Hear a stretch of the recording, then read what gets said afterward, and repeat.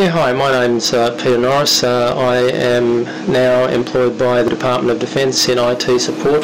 It's a great feeling to be working again after an absence of full-time work for 3 years. I really enjoy it. I'm working with a good group of people, and I have also, even at this early stage, shared with them about my Asperger's, and that's been accepted. So I'm really feeling good about it. How Asperger's affects me, I sometimes find difficult to evaluate for myself. Why am I into electronics and steam engines, and why do I like dinosaurs and these sorts of things? And yet, when I have been learning about Asperger's, I've been finding that these things are typical of people with Asperger's. It's made a huge difference, and I have a much greater understanding of myself now than I have had previously. The first consequence for me in terms of employment was when I was looking for employment. The question I would ask myself is, do I tell my prospective employer that I have Asperger's, or do I not? And there was a number of pros and cons and about that.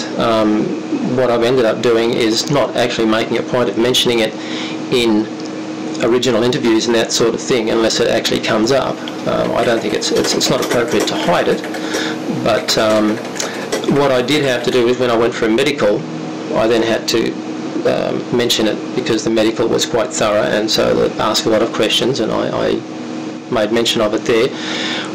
A little hesitant because I wasn't sure what the response would be, but again I was fortunate in that the person doing the medical examination was at least familiar enough with Asperger's to say, oh, Asperger's and IT, well there's a good connection, no worries. Through my involvement with the Disabilities Unit at TAFE, I became aware that the government has a scheme for supporting employers that take on people with a disability. That makes it actually quite attractive for an employer to take on someone with a disability because part of their wage is being paid for by the government. So it can actually be perhaps interpreted as almost an advantage. Asperger's as a disability is relatively new, particularly in the Western world, but there is support out there for people with Asperger's in education, in TAFE, and in seeking employment. There are various agencies that are supported by the government who specialise in that, and if you can get in touch with those groups, they will be an enormous help.